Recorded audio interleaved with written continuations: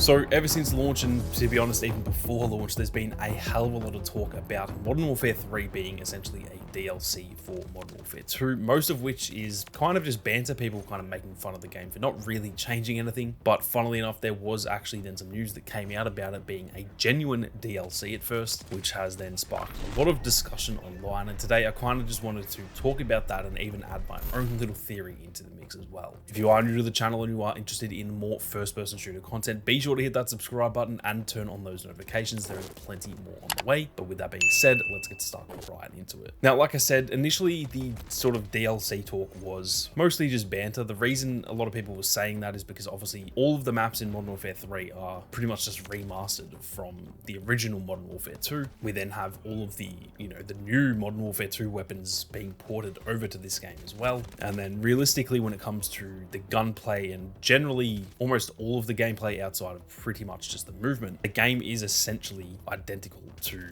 Modern Warfare 2 2022. So like I said, a lot of people were kind of bantering it, and that's myself included. I was pretty much bantering Modern Warfare 3 because it does seem as though it is a DLC. However, I think most of us were kind of joking around about that. Now, around the time of launch, however, Jason Schreier, who I'm sure you guys will all know, if not, he is essentially just one of the #1 gaming reporters and sort of insiders in the entire world when it comes to the gaming industry. And he had this to say in one of his reports on the Bloomberg website. He tweeted out saying, most Call of Duty games are developed in around 3 years, but Modern Warfare 3 was made in less than a year and a half, which helps explain the poor reviews. Employees worked nights and weekends to finish the game. Modern Warfare 3 was conceived to pretty much fill a gap in the Call of Duty release schedule for several months, and many developers believed it would be an expansion, but Activision insists that was never the case. The story goes inside the game's development. In the image that he shared in that tweet, it then also goes even deeper, saying an Activision spokesman denied that Modern Warfare 3 was originally an expansion and said it was conceived as a premium game from the start. But more than a dozen current and former Call of Duty developers said that conflicts with what they were told at the time. Some of the employees said the plan was left ambiguous during the first few months of development, while others said they were directly told that it was an expansion.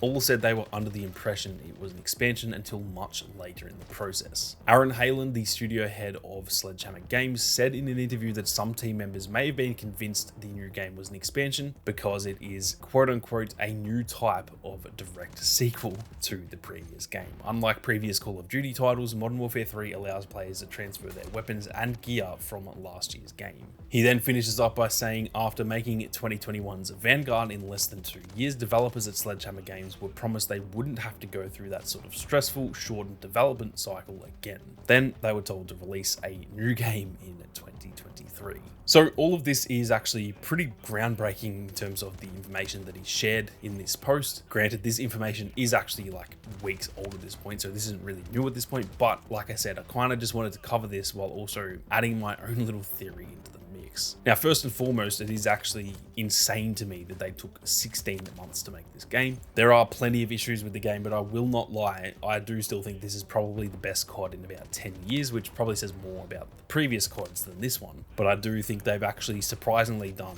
a fairly decent job with the game, and the fact that it took them 16 months to make it compared to 36 months as most other Call of Duty games take, that is actually pretty insane. And to be fair, I have to actually kind of give them props there that they've produced probably the best game since, for me, I would say Black Ops 3 in about half the time that it takes most other development teams in terms of Treyarch and Infinity Ward to make all of their Call of Duty games. So that is just firstly insane to even think about, and I do really feel for the team there that they've had to work, like he said, weekends and nights and all that kind of thing to really crunch and get this game out, especially after being promised they didn't have to do that after they actually released Vanguard in a 2-year time span as well. So it seems Sledgehammer is being treated pretty poorly by Activision, and that is obviously not good at all to see. Now, like I said, I do have my own little theory to this, and I just want to say this is obviously just speculation. I don't actually know anything, so keep that in mind, and this is most likely incorrect, but it's something that I have definitely thought about. I am very curious to know if either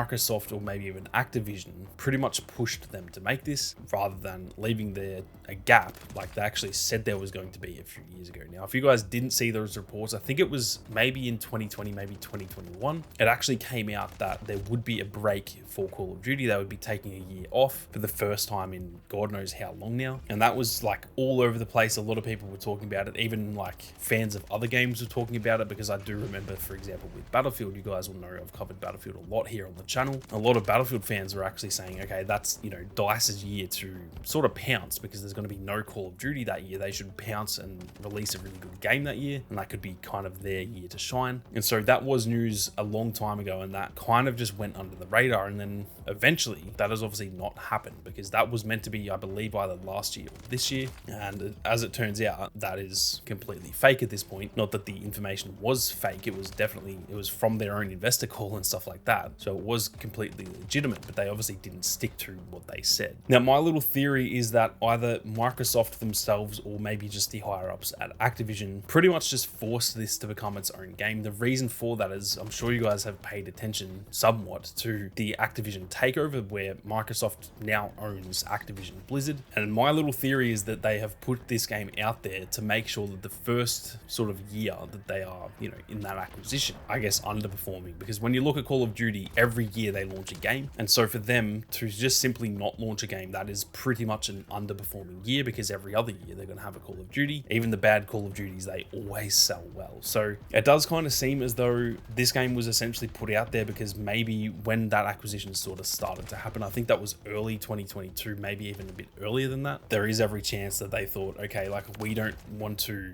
I guess, have a poor first year when we're owned by Microsoft. Or like I said, it could have actually been Microsoft telling them to do that, to make sure that their first year under the same umbrella wasn't a poor one, because obviously that would look very, very bad for Microsoft. This absolute titan in the gaming industry in Activision Blizzard having a poor year in their first year under Microsoft would just be an absolute L for pretty much everyone involved. It's one of the biggest, in fact, I believe it is the biggest acquisition in gaming history, and therefore they obviously want to see some sort of returns, whether that is Activision themselves or probably more likely to be Microsoft. Like I said, though, it could actually have just been Activision making this decision as well to kind of impress Microsoft in a way. I'm sure you guys have somewhat heard of Bobby Kotick, and he's a bit of a scummy dude from what we've heard. He clearly wanted to get out of that company and get his payout before shit went down, because he has essentially been under fire for years now for just some of the way that he's treated certain people within that company and just the entire company in general, really. So there is also my other little theory there that maybe Bobby Kotick himself and just therefore Activision kind of did this to impress Microsoft to make sure that that acquisition went through. Because, for example, if Microsoft was planning to buy Activision and then Activision said, yeah, that sounds good, by the way, we aren't releasing a Call of Duty next year, well, Microsoft may have kind of changed their mind. I'm sure they would have still bought them, but they probably would have tried to negotiate the price down a little bit, because that is like billions of dollars just there that Call of Duty is going to make that they wouldn't be getting if they weren't releasing it that year. So it does seem as though there is something a little bit fishy going on there. The fact that this game has launched at all is kind of mental, and like I said, it was confirmed that this game was originally meant to be DLC for Modern Warfare 2. The fact that they then turned it into its own game, it does seem as though they've kind of just done that for the investor side of things, trying to make it all go smoothly, I guess, for that Microsoft acquisition. And it has turned out to